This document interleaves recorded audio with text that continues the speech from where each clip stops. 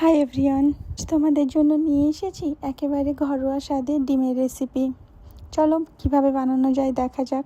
একটা বড় সাইজের পেঁয়াজ নিয়ে ছাল ছাড়িয়ে পাতলা পাতলা করে কেটে নেব।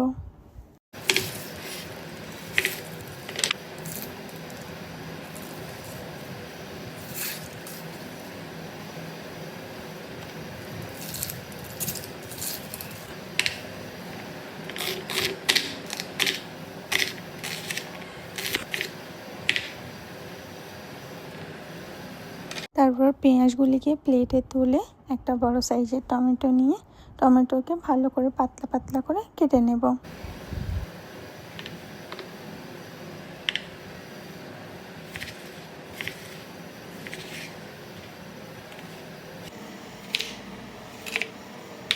টমেটোগুলোকে প্লেটে তুলে নেব। তারপর একটা প্যান বসিয়ে প্যানে 4টে ডিম সিদ্ধ করতে আমরা বসিয়ে দেব। অন্যদিকে একটা প্যান বসিয়ে প্যানে তেল গরম করে নেব। তেল গরম হয়ে গেলে কেটে রাখা পেঁয়াজগুলোকে তেলের উপরে দিয়ে দেব। তারপর কেটে রাখা টমেটো দিয়ে দেব।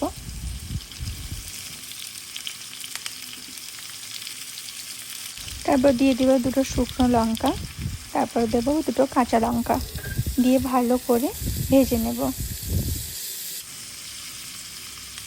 ভাজা হয়ে গেলে একটা মিক্সি নিয়ে মিক্সিতে ভাজা মশলাগুলো দিয়ে দেব।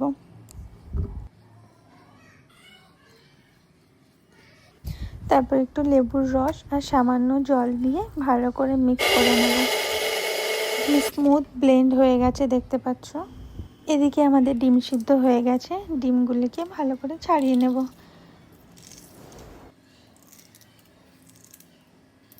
ডিম ছাড়ানো হয়ে গেলে একটা কড়া বসিয়ে কড়াই তেল দিয়ে নেব। তেল গরম হয়ে গেলে কড়াতে ডিম দিয়ে দেব। ডিমগুলির উপরে একটু হলুদ দিয়ে দেব, একটু লবণ দিয়ে দেব, দিয়ে ডিমগুলিকে ভালো করে ভেজে নেব।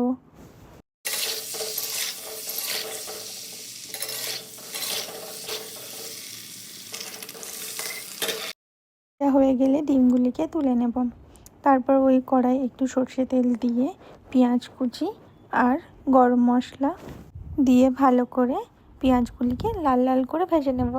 লাল লাল করে ভাজা হয়ে গেলে যে বাটা মশলাটা ছিল দিয়ে ভালো করে কষিয়ে নেব। যতক্ষণ না তেল ছেড়ে যাচ্ছে মশলাটাকে ভালো করে কষাতে হবে। তারপর একে একে দিয়ে দেব লবণ, হলুদের গুঁড়ো, গোলমরিচের গুঁড়ো, ধনিয়া গুঁড়ো আর কাশ্মীরি লঙ্কা দিয়ে ভালো করে কষাবো।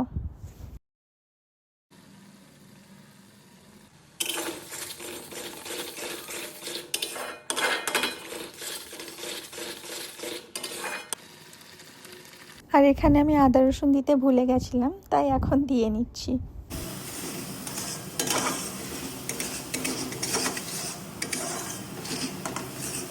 থেকে তেল ছেড়ে এসছে। এবার ডিমগুলোকে দিয়ে ভালো করে মাখো করে ডিমগুলোকে একটু ভাজা ভাজা করে নেব।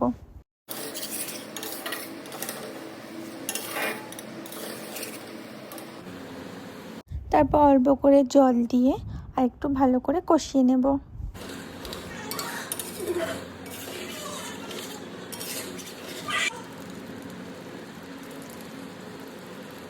উপর দিয়ে একটু ধনিয়া পাতা ছড়িয়ে দেব। দেখতে পাচ্ছ রেডি হয়ে গেছে আমাদের ডিম কারি। এমন রেসিপি পেতে আমার চ্যানেলটাকে সাবস্ক্রাইব, লাইক অ্যান্ড শেয়ার করো।